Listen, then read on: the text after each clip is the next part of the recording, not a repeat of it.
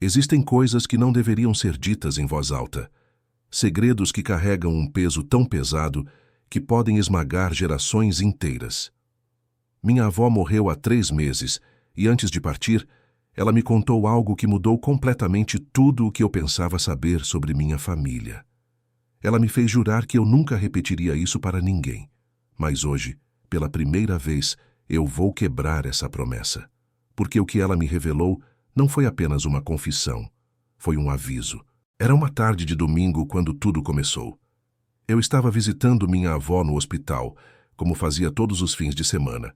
Ela tinha 87 anos e estava internada há quase 2 meses. Os médicos diziam que era questão de dias, talvez horas. Mas naquela tarde, quando entrei no quarto, ela estava diferente. Seus olhos, normalmente apagados pela morfina, estavam brilhando com uma intensidade assustadora.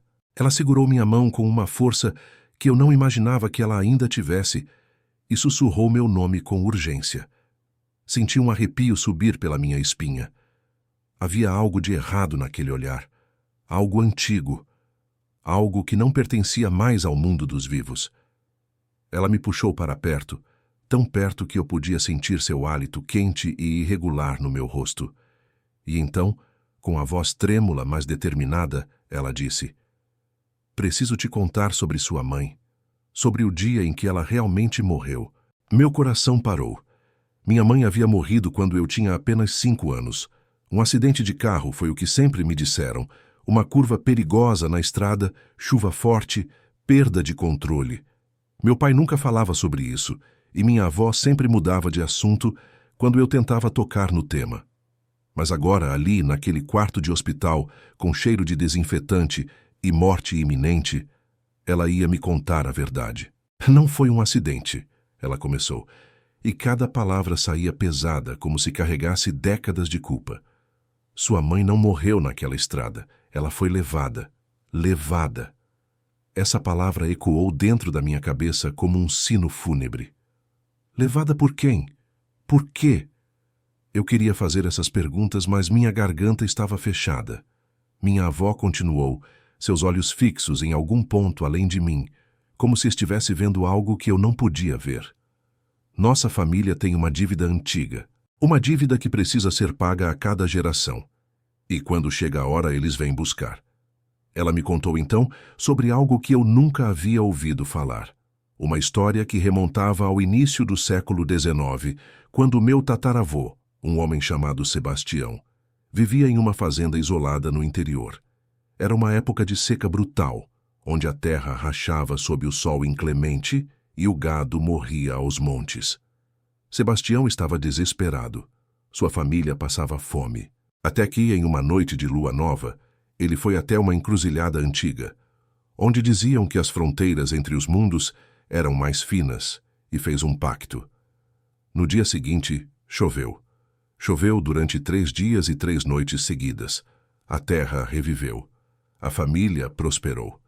Sebastião se tornou um dos homens mais ricos da região em poucos anos, mas o pacto tinha um preço, e esse preço só seria cobrado anos depois, quando ninguém mais se lembrasse da origem daquela fortuna.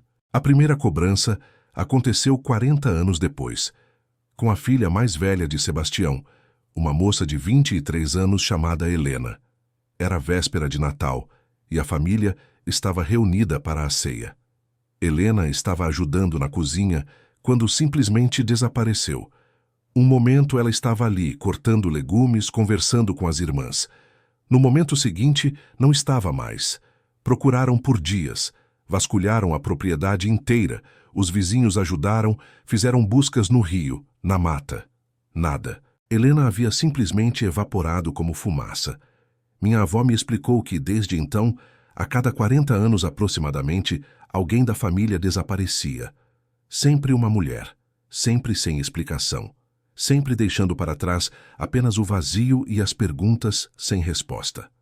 Sua própria tia, uma mulher chamada Carmen, desapareceu em 1962.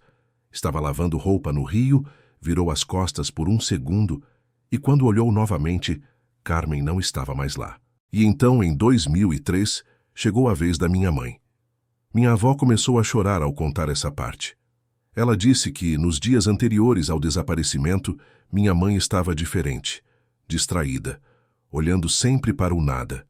Acordava no meio da noite dizendo que ouvia sussurros, que havia alguém chamando seu nome. Minha avó tentou avisar, tentou contar sobre o pacto, sobre a maldição, sobre tudo, mas minha mãe não acreditou. E então, naquela noite chuvosa, minha mãe saiu de carro dizendo que precisava ir à farmácia. Algo a estava chamando, algo irresistível, como uma sirene cantando para marinheiros perdidos. E minha mãe nunca mais voltou.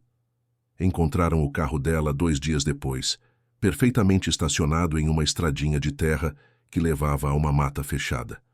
O carro estava trancado por dentro, a chave na ignição, a bolsa no banco. Mas ela não estava lá. Vasculharam a mata, usaram cães farejadores, fizeram buscas aéreas. Nada.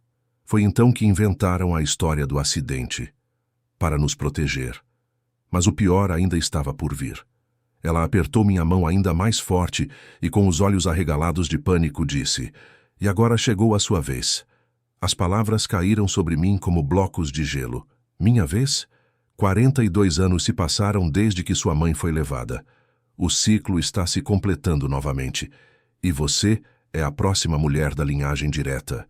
Você tem que quebrar isso. Você tem que encontrar um jeito de reverter o pacto antes que seja tarde demais.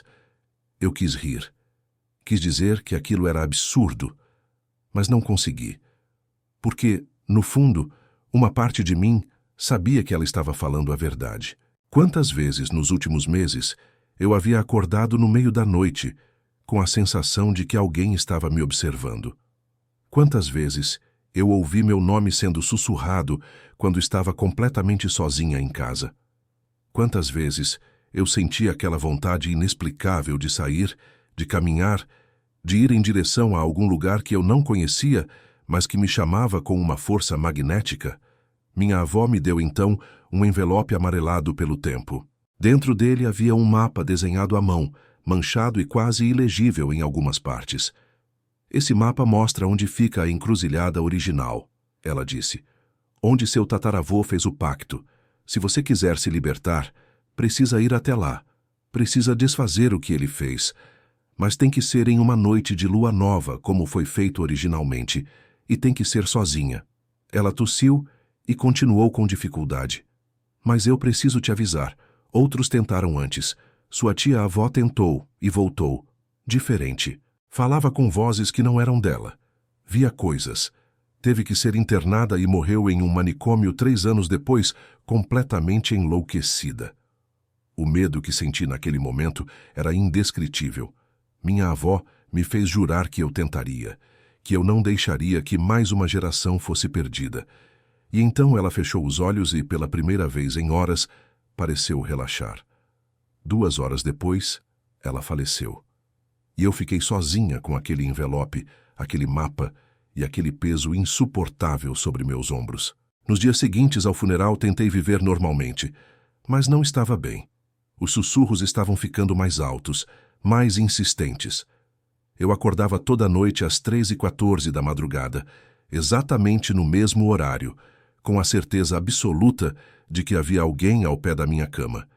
Mas quando acendia a luz não havia ninguém. Apenas aquela sensação de presença, aquele frio, aquele cheiro estranho, como terra molhada e algo apodrecendo.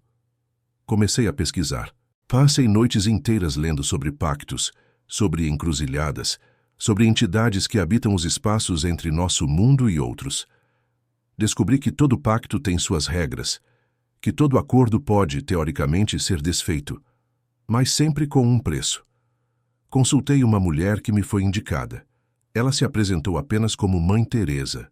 Quando contei minha história, ela não pareceu surpresa. Dívidas de sangue são as piores, ela disse. Elas atravessam gerações porque foram seladas com desespero verdadeiro. Seu ancestral não fez aquilo por ganância, fez por amor aos filhos, por necessidade, e esse tipo de pacto é o mais difícil de quebrar porque foi feito com o coração. Ela me explicou que para desfazer o pacto, eu precisaria ir até a encruzilhada original e levar algo de valor equivalente ao que foi ganho. Seu tataravô pediu prosperidade, vida para sua família. Você precisa oferecer algo que você ama mais do que a si mesma, algo que representaria o mesmo sacrifício que ele estava disposto a fazer. Precisa ser um sacrifício real, um pedaço de você que doa de verdade. Ela me deu instruções específicas. Eu deveria ir na próxima lua nova, que seria dali a 2 semanas. Deveria levar o mapa, uma vela branca, sal grosso e algo precioso para mim que eu estivesse disposta a deixar para trás. Deveria desenhar um círculo de proteção, acender a vela exatamente à meia-noite e falar as palavras que ela me ensinou.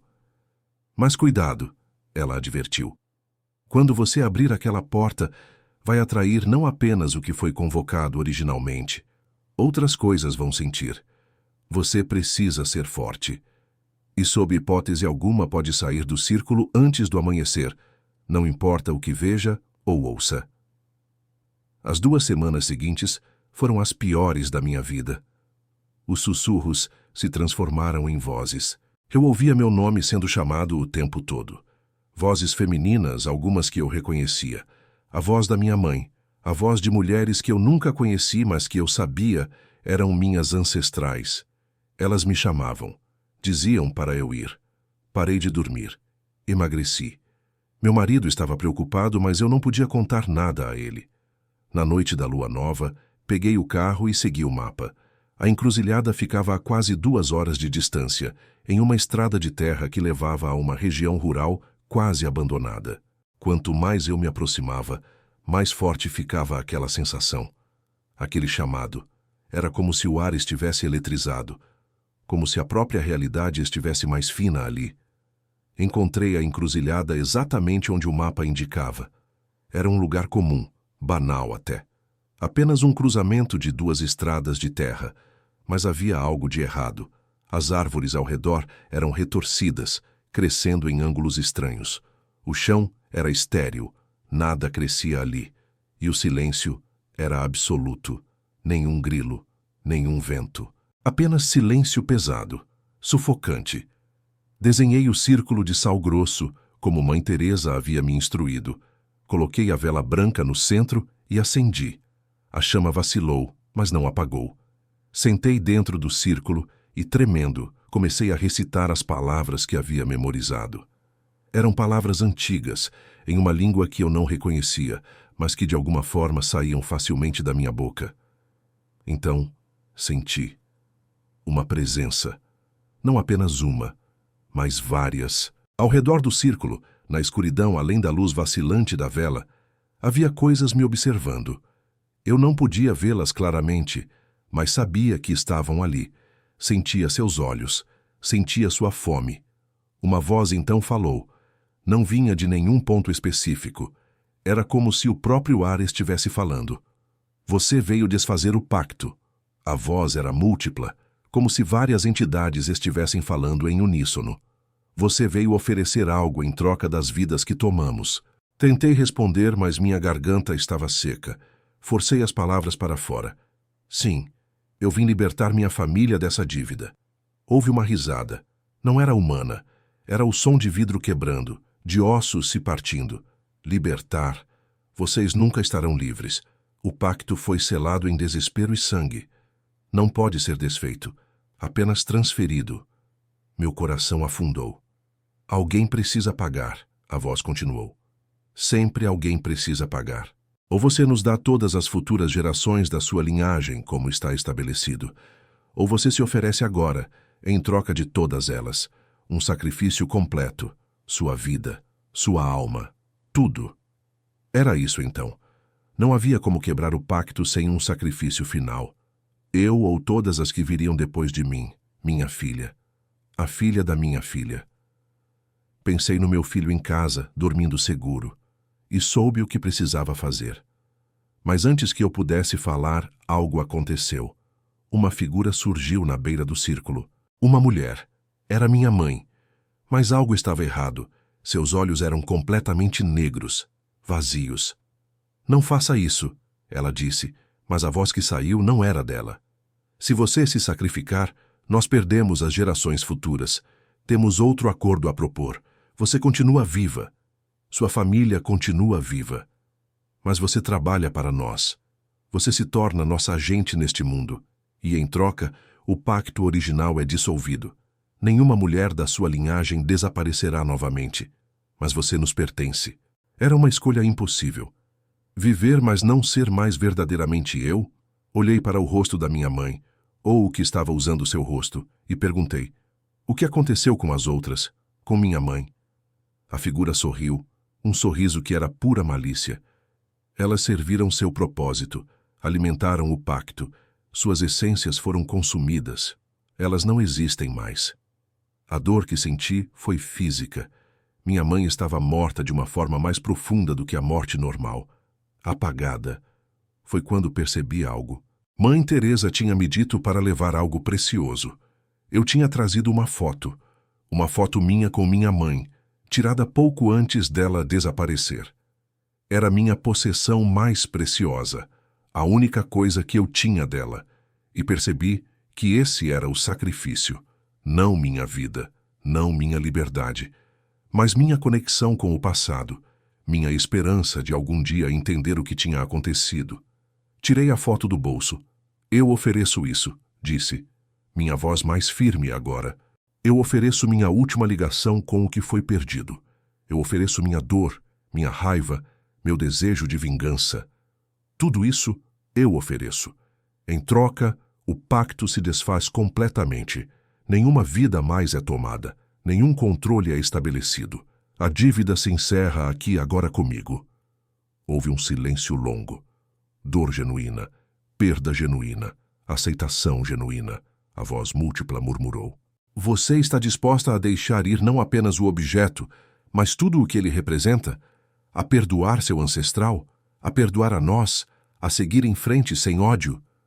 Lágrimas escorriam pelo meu rosto, mas eu assenti. Sim, eu perdoo.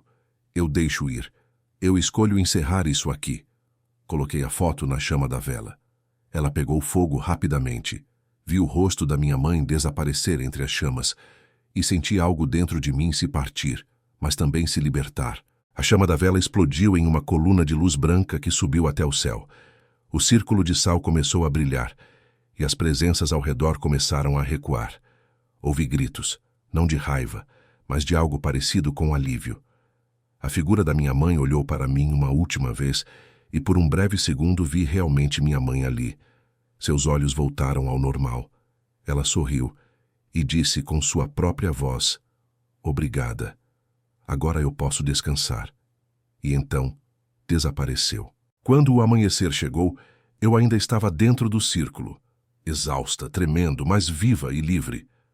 Voltei para casa e dormi por quase 20 horas seguidas, e pela primeira vez em meses não tive pesadelos, não ouvi sussurros, não senti aquela presença. Passaram-se 3 meses desde aquela noite. Não houve mais sinais, não houve mais chamados. Pesquisei mais sobre minha família e descobri que Sebastião não tinha feito o pacto por ganância. Ele tinha feito depois de perder 2 filhos para a fome. 2 bebês que morreram nos seus braços. O pacto não foi ganância. Foi um pai destruído tentando salvar o que restava da sua família. E essa compreensão, esse perdão genuíno que eu ofereci, foi o que finalmente quebrou a corrente. Mas tem uma coisa que me assombra. Uma semana depois daquela noite, recebi uma carta. Não tinha remetente, não tinha selo. Dentro havia uma frase: o pacto está quebrado. Mas lembre-se, você abriu uma porta que não pode mais ser fechada. Você nos viu. E isso não pode ser desfeito. Mantenha os olhos abertos, porque agora você brilha para nós. Desde então, tenho visto coisas, sombras que se movem de formas que não deveriam, reflexos em espelhos que demoram 1 segundo a mais, pessoas na rua que me olham de uma forma que não é normal. Não são ameaças, pelo menos não ainda, são apenas observações, como se eu tivesse me tornado visível para um mundo que existe paralelo ao nosso. Mas não estou apavorada, porque eu fiz algo que gerações antes de mim não conseguiram fazer. Eu quebrei uma maldição de sangue. Eu libertei minha filha e todas as que virão de um destino horrível. E se o preço disso é carregar esse conhecimento, é ver um pouco além do véu Então, que assim seja. Mas às vezes, tarde da noite, quando a casa está silenciosa, eu me pergunto: será que realmente quebrei o pacto? Ou apenas mudei seus termos?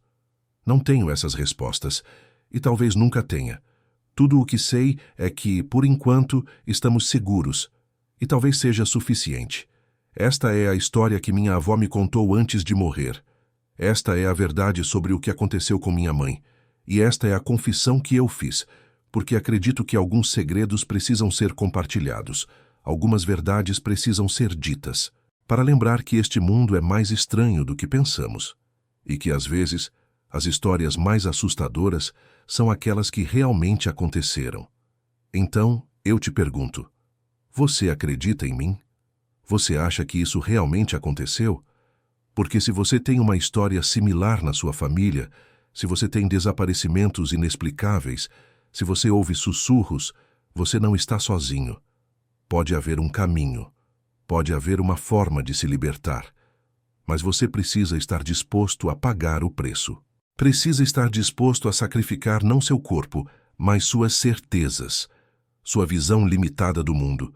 Porque uma vez que você vê além do véu, nunca mais pode fingir que não viu. Se isso te tocou de alguma forma, deixe seu comentário. Compartilhe com alguém que precise ouvir. E se inscreva no canal, mas só se tiver coragem de ver mais. Porque este mundo esconde segredos que poucos têm coragem de enfrentar. E agora, você sabe que eles existem.